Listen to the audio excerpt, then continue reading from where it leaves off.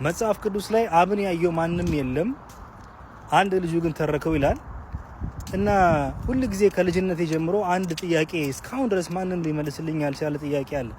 በተለይ ደግሞ አሁን ሃይማኖት ከሚባለው ነገር ወጥቼ እምነት ወደሚባለው ነገር ውስጥ ከገባው ጊዜ ጀምሮ ሁሉ ጊዜ ዞር ብዬ ሳይ ጥያቄ ከሚፈጥሩብኝ ነገሮች መካከል የመንፈሳዊ ስዕላት ጉዳይ ነውና መቼም ሰው ካላወቀ ነው የሚጠይቀው አይደል? ትህትና ነው መቼም መጠየቅ አላውቅም ማለት ነው።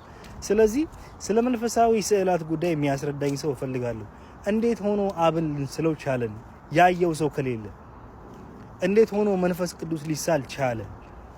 እንዴትስ ደግሞ መጽሐፍ ቅዱስ ለተቀረጸ ምስል አትስገድ እያለ እንዴት እንሰግድላቸዋለን ወይስ አንሰግድላቸውም? የሳሉት ሰዎችስ ደግሞ ቢሆኑ አብን እያዩት ነው ወይ የሳሉት ወይስ ዝም ብለው አእምሯቸው ላይ የመጣላቸውን ኢሜጅ ነው ስለው እየሰገድንላቸው ያሉት? አያችሁ፣ እኔም ልሁን አካባቢ ላይ ያደጉ ያሉ ሰዎች በሙሉ በሃይማኖት ፍርሃት እንዲኖሩ አልፈልግም። እኔ እንደኖርኩት እግዚአብሔር መሐሪ ነው፣ እግዚአብሔር ፍቅር ነው፣ እግዚአብሔር ቸር ነው፣ እግዚአብሔር ይተዋል። አያችሁ፣ ከድሮ ጀምሮ እየተወ ነው ዛሬ ላይ የደረሰው። ከመተውም የተነሳ ነው ኢየሱስን ይላከልን። አያችሁ፣ ዘፍጥረት ምዕራፍ 3 ቁጥር 15 ላይ ነው ኢየሱስ ፕሮሚስ የተደረገው ለዓለም መዳን።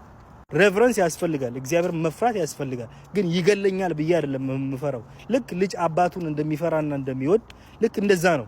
ሪሌሽንሺፕ ነው፣ ገባ? ግንኙነት ነው። ግን የሃይማኖት ቀንበር ግን ፍርሃትን ስለሚያመጣ መጠየቅም አይቻልም። ስለዚህ እኔ ግን ጥያቄ አለኝ። ጥያቄ ምንድነው?